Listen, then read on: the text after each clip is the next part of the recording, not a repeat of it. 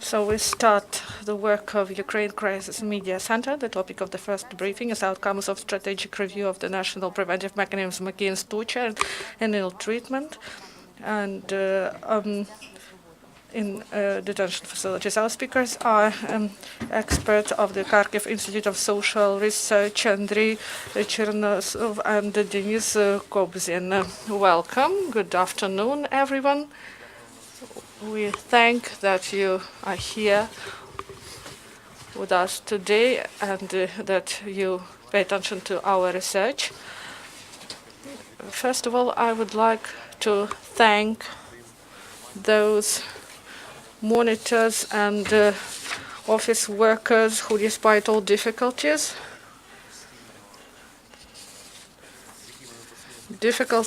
that they face, they continue to carry out monitoring daily. And I know that our friends and colleagues are in Kharkiv now with a visit, and we hope that they will succeed and that they will continue their work. What we've done, we carried out the assessment of the National Preventive Mechanism against torture and ill treatment. This mechanism was created in 2011 in Ukraine. After, in 2006, Ukraine ratified optional protocol to Convention against Torture. This is needed in order to visit places where people are detained and in custody, and when the state is responsible for holding these people. We have more than 5,000 such places, and these are prisons, orphanages, pre-trial detention facilities, and so on and so forth. So what we've done, we've carried out in-depth interviews with some workers or former workers of the department, of the Secretariat of the Ombudsman on Human Rights, and also we interviewed representatives of the ministries that also has a responsibility over the places of detention, and also we analyzed the work of this mechanism in open sources. These are internet sites, publications, releases, materials, analysis, and so on. And also internet site of the Ombudsman. We reviewed it carefully, and also we paid some attention and sent requests, about 30 requests to ministries and the department, and also to the VR Ombudsman office. So the main results, what we found in the result of our analysis. So I will start and Denis will continue. First, I want to say that despite all, creation of MPM is the big step ahead. So the systemic body was created for monitoring, for visits of such facilities, and NGOs, activists, active citizens got opportunity to systemically visit. It provided systemic opportunity to visit, because before that, we cannot say that there was no visits, but there were some separate things done by separate organizations. We had some access, but NPM provided the systemic access and united people around the idea of monitoring of such places. Second, and here, our analysis of the problems starts. So we and Ombudsman, from the beginning, we believed that this mechanism will be created under the model Ombudsman Plus, when the functions are provided to ombudsman, and NGOs and activists help the ombudsman. But during these years, we've seen that the role of public activists is not so big. They do not plan the visits, and they do not influence much on advocacy. They do not have a lot of influence at really important things that should be reflected in the reports. And we may say that all necessary important decisions concerning the activity of NPM, these decisions are taken by Ombudsman Office. Third, we believe that it is important because, in fact, NPM diverted from its mission. Why was it created? It was created for prevention. And this is the cornerstone of our criticism. You may see that we have a section dedicated to this topic in our report. So now there is a department, it still exists, the department that responds. It doesn't prevent, it just responds. So this work of responding, it takes the biggest amount of time in NPM. The work for working with clients, with complaints that come from these detention facilities. And when you focus on complaints, even if you have a lot of them, and in NPM there are a lot of complaints, and during this year there are more than 2,000, and my colleagues may correct me, 24 workers in the department, and they have 2,000 complaints at the beginning of November, and they are not able to provide this preventive function because all they do, they deal with complaints. And this doesn't help to change the system, and we do not see this, and we will speak how NPM influences things. So the last thing I want to say, we have big country, and before the conflict in Crimea and in Donbass, we had about 6,000. Now we have less than 5,000 facilities to visit, and the Ombudsman Office does not provide enough visits that it should provide. And we have analysis, and the highest percentage of visits in one of the years is 6.5, and usually 3.5% from overall number. I understand that resources are limited and they do not have enough people.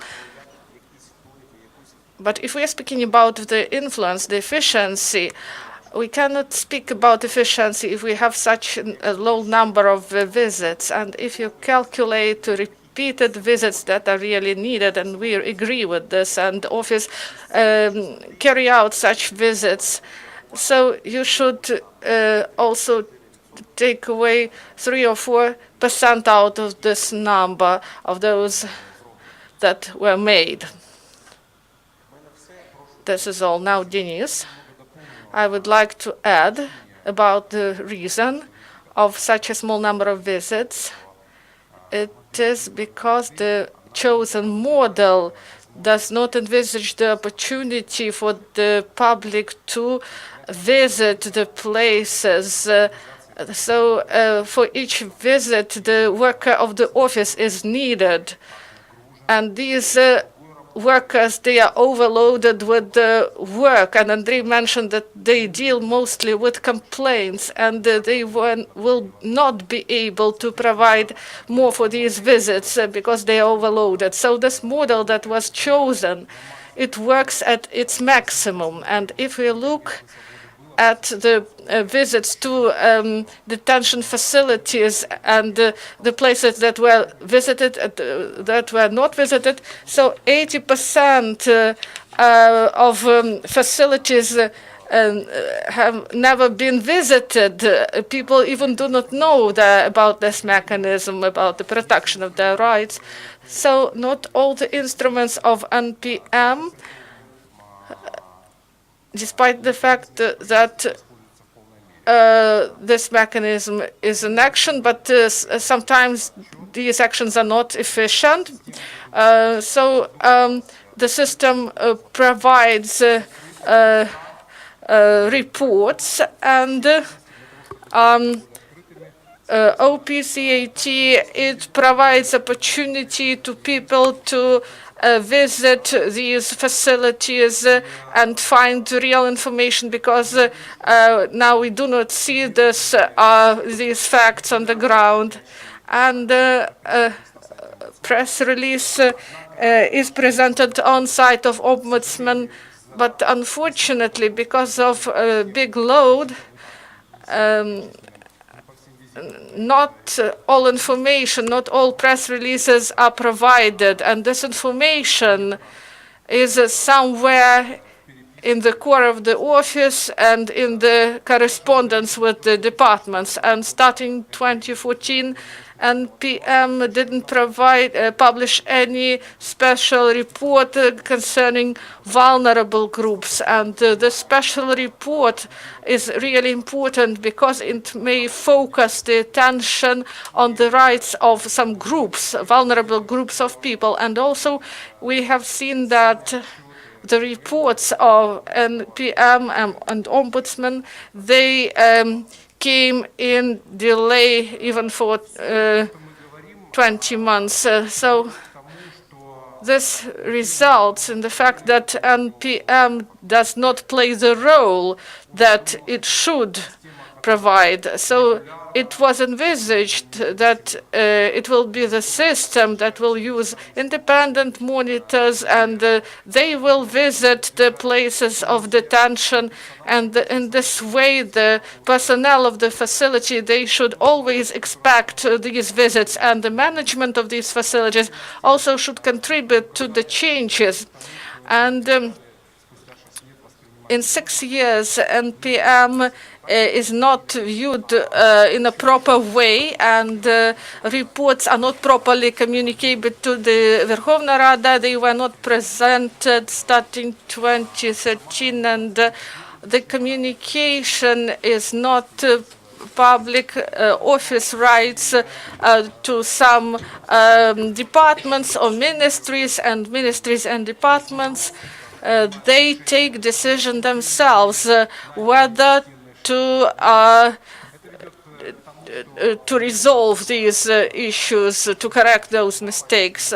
And if we compare carefully the reports of 2013 and the latest reports, we will see that visits reveal systemic violations, the same violations in the same facilities. So the system during these 6 years didn't change, and those visits that were made by the activists and the office, these visits didn't result in major changes, and it shows that something should be changed in this activity in order that the system become more active, and people should feel that NPM provides for them, provides changes for their life, because they do not have.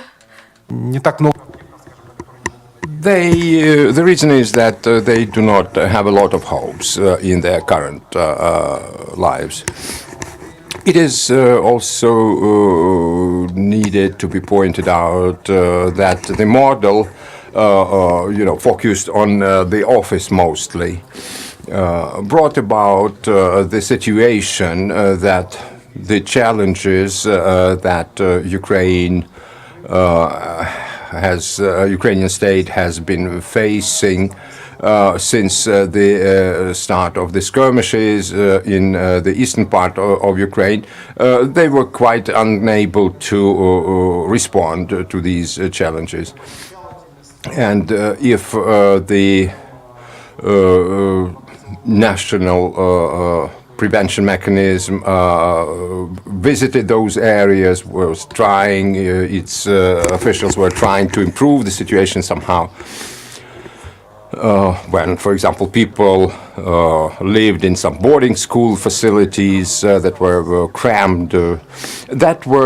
These were single facts. That work has not become systemic, and all these detention facilities in the area where these skirmishes occur, the situation there is still not repaired, so to say, not redressed.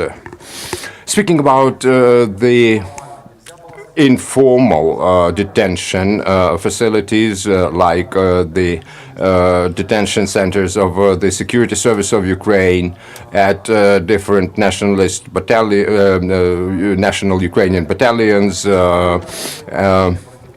regrettably, the National Prevention Mechanism has not been paying attention to that situation at all. That caused a scandal. There was a visit by the subcommittee against torture of the United Nations. They were just not allowed the access to one of these unofficial, one of the detention so-called sub-centers of the Security Service of Ukraine, of the SBU. And there was a great scandal and in my view, more attention should have been devoted to that, paid to that situation. But the monitoring mission on the human rights of the United Nations, the OSCE agency on human rights, there were a number of feature programs done by Hromadske TV. And there was a lot of materials published and made public. So the work, in essence, the work that was supposed to be done by the National Prevention Mechanism, NPM, was done by the non-governmental organizations and activists. Besides, we were taken aback when we saw that in the reports of the NPM, the detention centers by the Security Service of Ukraine started to be simply omitted. They were not qualified as characterized as the detention centers, detention facilities. As if initially in every oblast, in every administrative region of Ukraine, there were the SBU detention centers described or mentioned at least somehow by the NPM, then they stopped doing so, and they only mentioned in their reports the detention center in Kiev, the SBU's detention center in Kiev. Practically the same situation is the so-called block posts or the checkpoints at this line of hostilities in the east, which are practically informally existing detention facilities. They are not mentioned, and I think that the fact that the National Prevention Mechanism stopped mentioning them at all is a big drawback in their work. I also want to mention that in today's situation, after these events of 2014 called Maidan,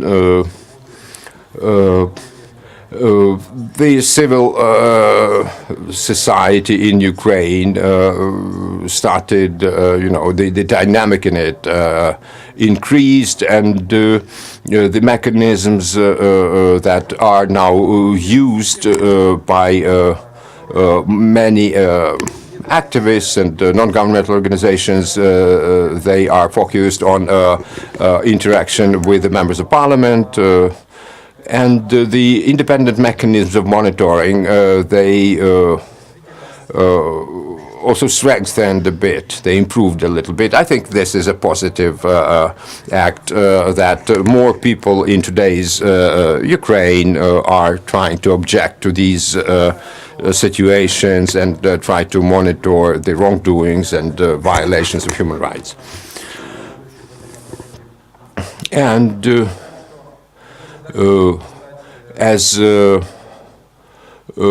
there is only one institution, governmental institution that deals with that. I think it could be a hub. It could be turned, so to say, into a hub of this monitoring work.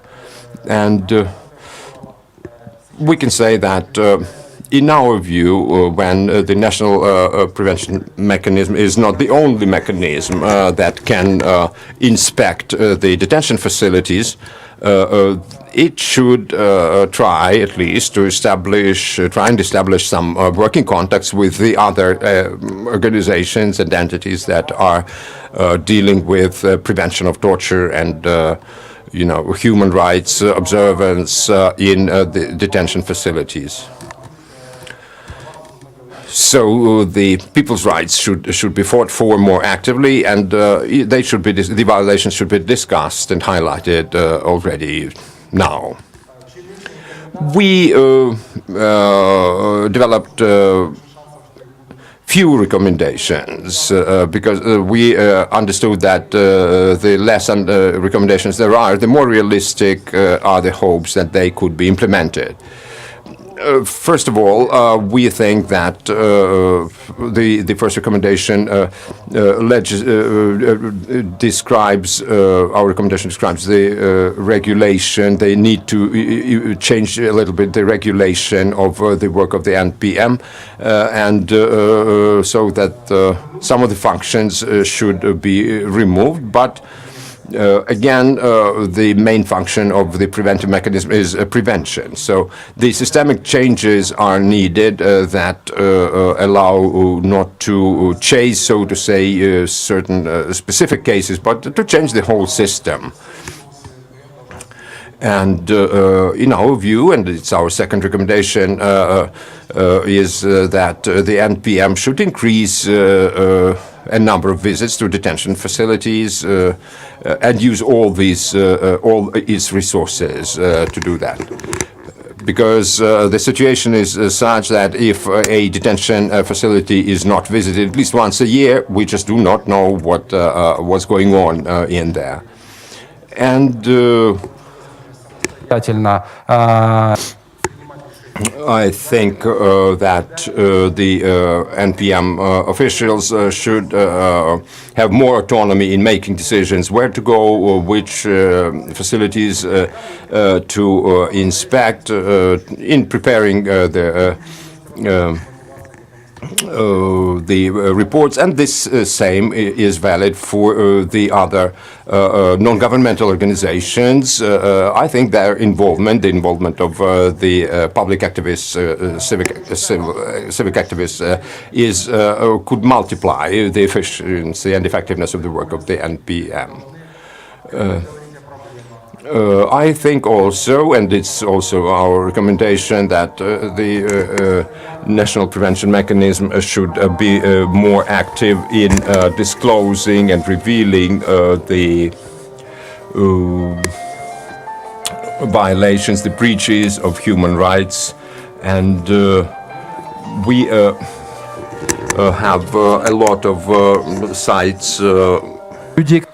And to force those people who do not want to introduce systemic changes in detention facilities, we should do everything possible in order that these people started to respond, started to act. So NPM should go along this way. There is no other way. And also we should provide more cooperation between NPM and other mechanisms that will allow to share the experience and to coordinate advocacy and changes, because if we use all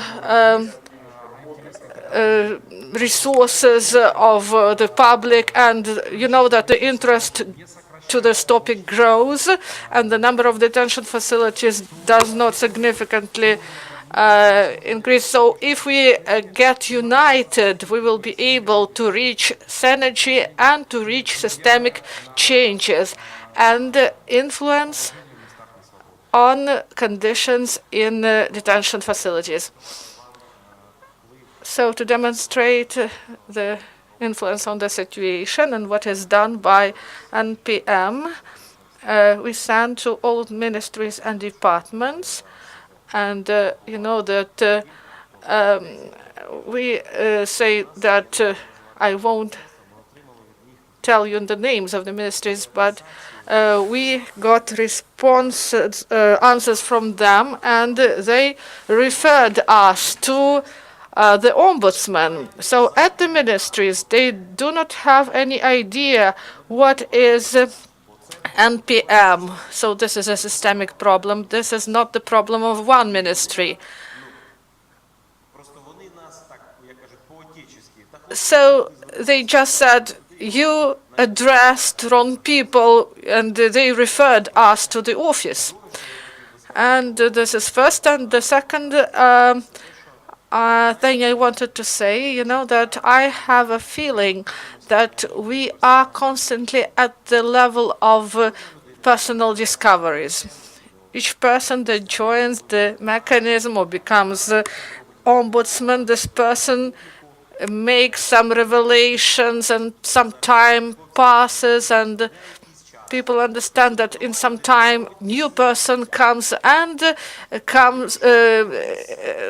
also has some revelations.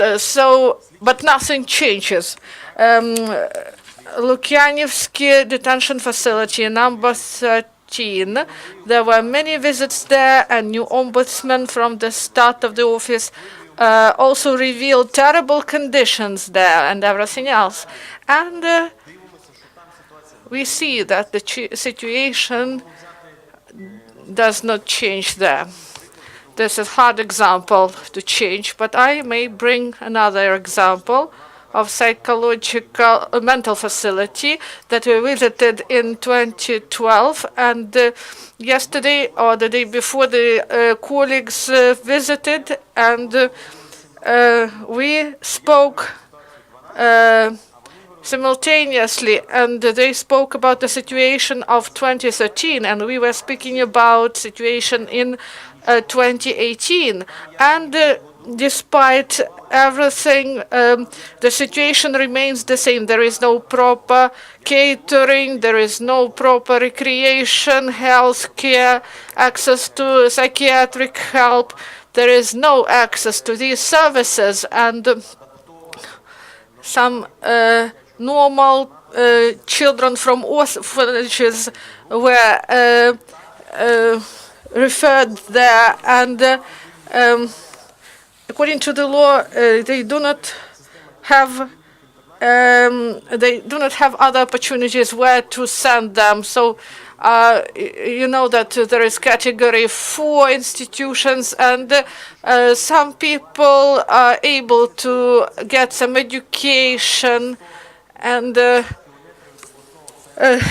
send these people to the facility near some village 50 kilometers from the regional center, and there is no proper commuting. And why do we need all these facilities there? So this issue is really disturbing. This is the cry of our soul.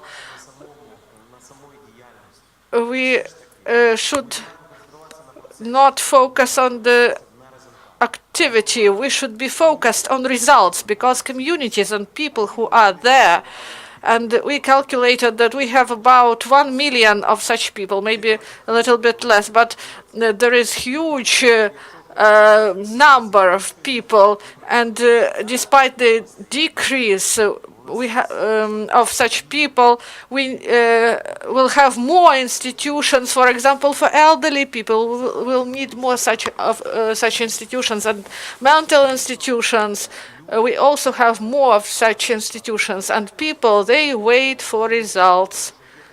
They do not know about this mechanism, but when you come to these people and when they have opportunity to communicate to the outside world, because sometimes for months or years no one comes there.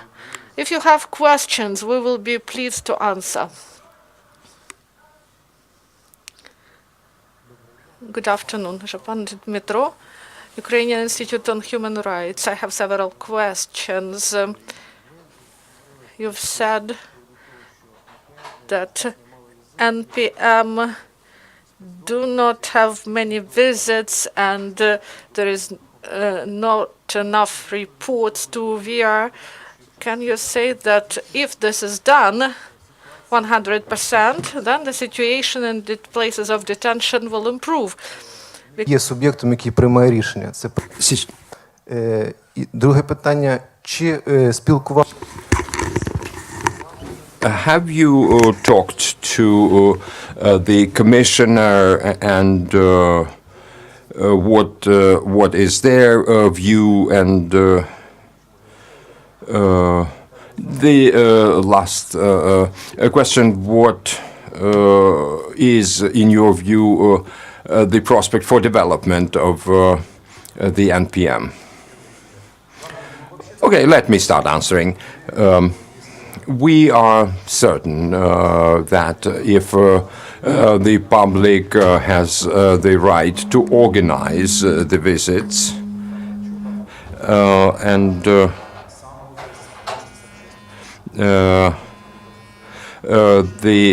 if the office has this opportunity to take part in the visits, it's going to be much better, because the boarding schools, for example, where people were detained, they were not visited at all for a long time. And if these decisions are, so to say, decentralized, if there is not one authority that can only authorize these visits to different detention facilities, it means that with, for example, the inspections that have, with no previous warning, the so to say unexpected inspections, they would significantly improve the situation in the facilities where there are some violations. And again, about the media coverage, when there are violations after a number of visits and it goes on air, it is broadcast, and the public learns about it and discusses it,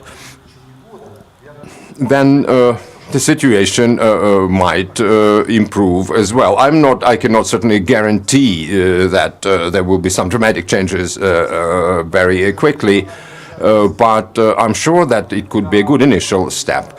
The NPM has existed for 6 years now, and about these detention centers of the security service, these prisons of the security service, many of which were unofficial, in many of them, people they stopped throwing in people there, and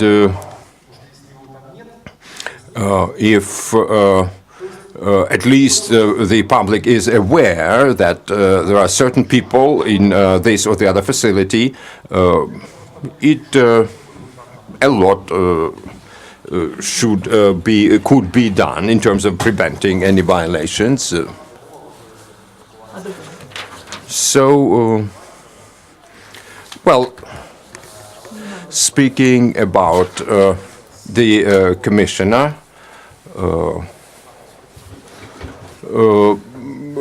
I did not have an opportunity to speak with the commissioner directly, but with his deputy.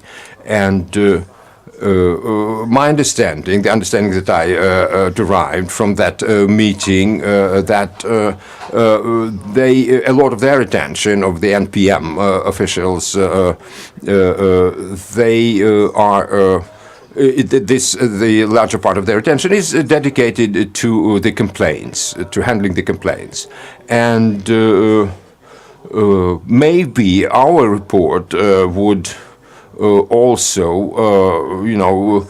put this focus of their work under different perspective, like this is a prevention mechanism, right? And so prevention should be their focus, not the reaction to the complaints that are filed and lodged with them.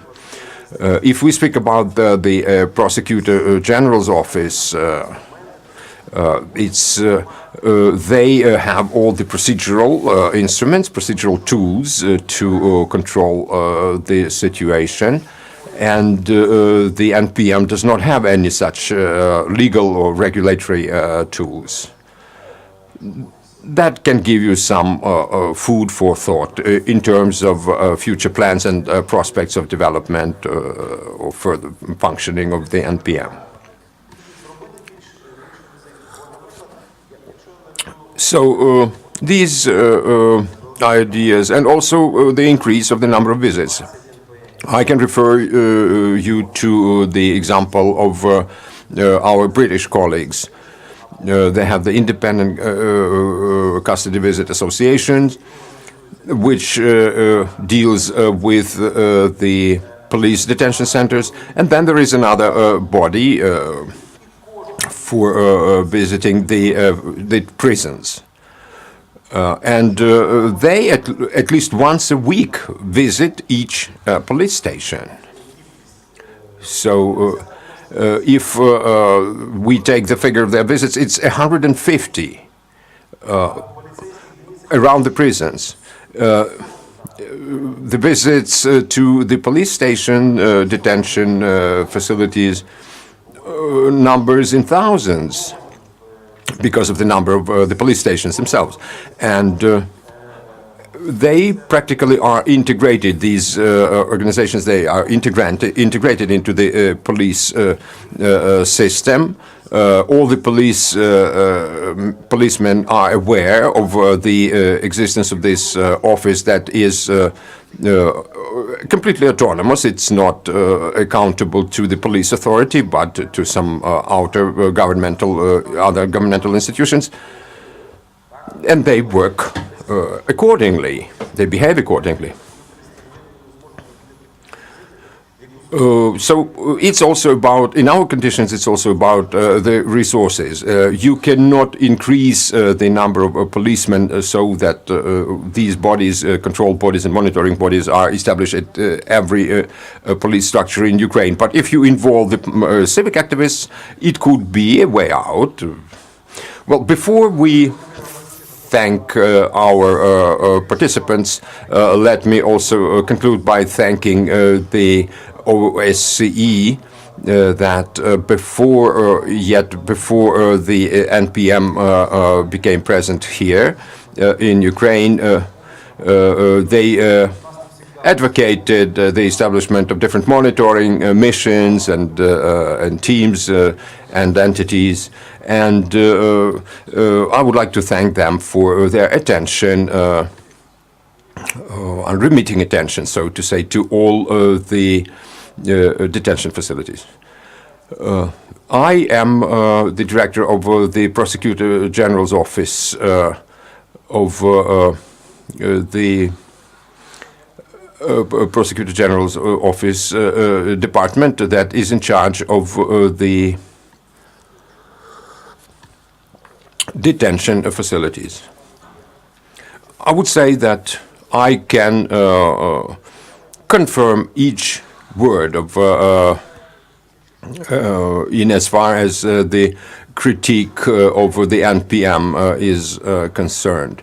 If you remember, yet in 2006, the mobile groups, so to say, of the Interior Ministry started working, and that was, so to say, a cold shower for for some police officers, like for them, it was inconceivable that some other people not from the police system could be let into these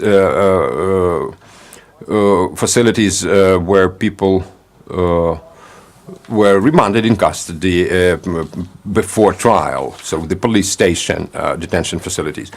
And what I would like to draw your attention to, if you are aware, in the transitional provisions of the Constitution, it is said that the monitoring and control over the detention facilities are put not only the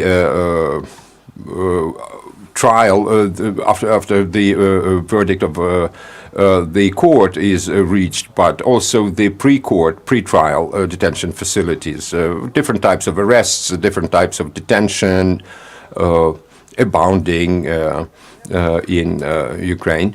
But it said the preventive provisions of the Constitution eliminated practically some of the norms that regulated the functioning of these facilities as soon as a special dedicated law comes into force.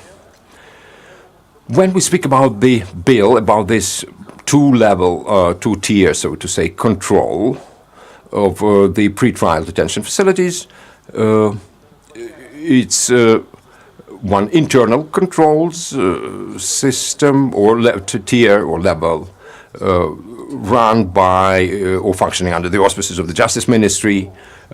It's internal control or whatever we call it. And it's also the external monitoring and control system. So these external, so to say, inspections are done by us.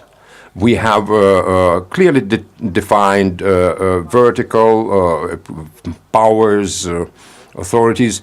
We have our representatives in the regional prosecutor offices. What are the authors of the bill propose? What do they propose? They propose that the Ombudsman's office should be involved in that system, and also the NPM. Only them. And in my view, it's going to be a step back, and a step back into the abyss, so to say, because the system becomes closed since that time. The visits to the facilities is envisaged by that draft law or that bill not less than once in 5 years. You have heard what the gentleman said about the frequency of the visits, even now, not less than once a year.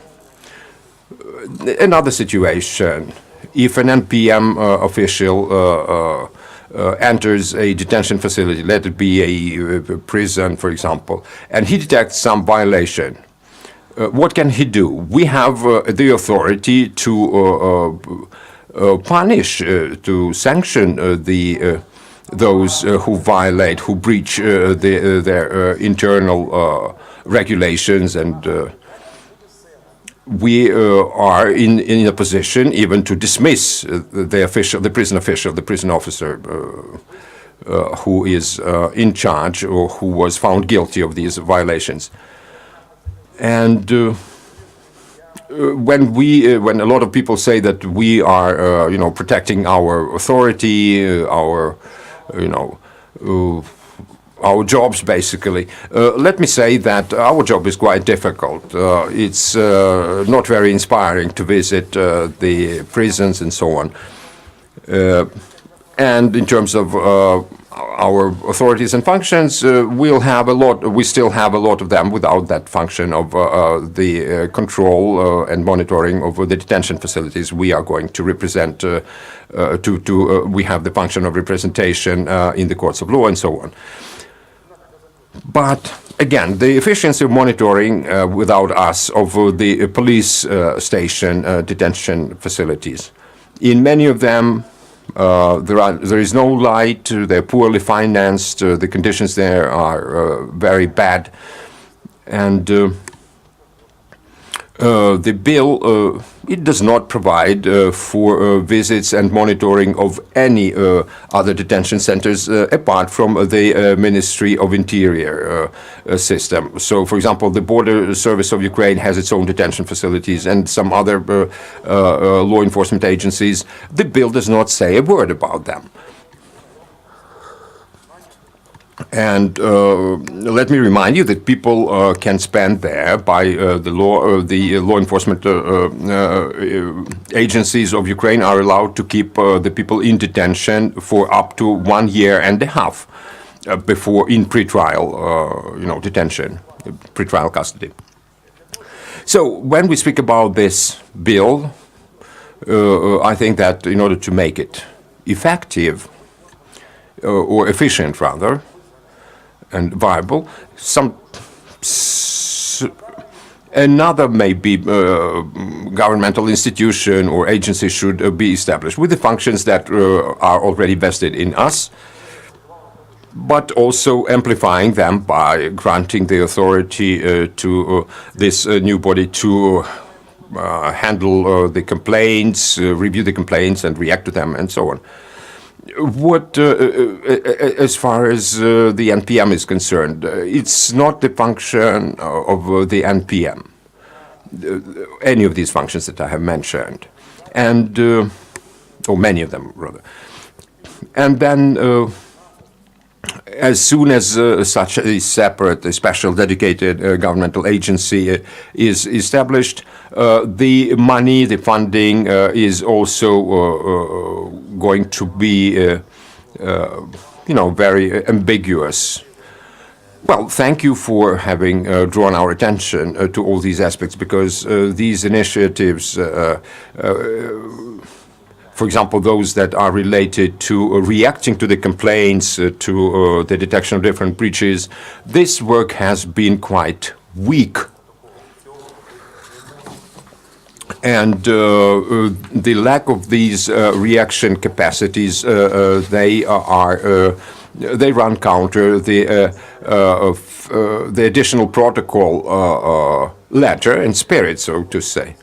And if we add or equip the NPM with these reaction functions, then prevention as its primary function can be abandoned because that other function would prevail.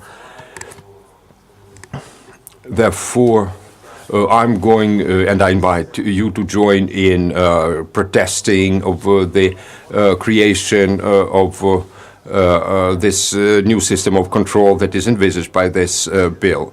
The system of control and monitoring should be, but it's not. It shouldn't be focused on the National Prevention Mechanism, because the National Prevention Mechanism will simply not cope with this additional burden.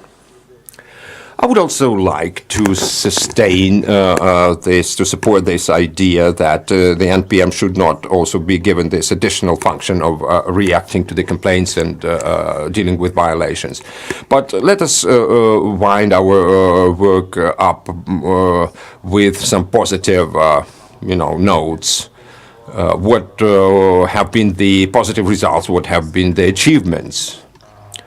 Well, the most positive achievements, the most important positive achievement was that we have, I'd say, a team of people who are knowledgeable already in this field and who are willing, most importantly, to conduct monitoring and to struggle against violations of human rights in the detention facilities. And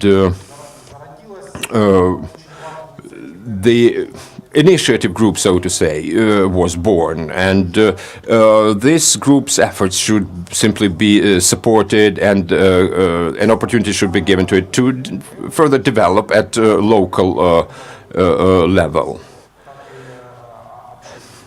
And certainly the NPM's role continues to be important. And let me add that we have listed here the achievements, the positive achievements. It's not only, our report is not only about the problems.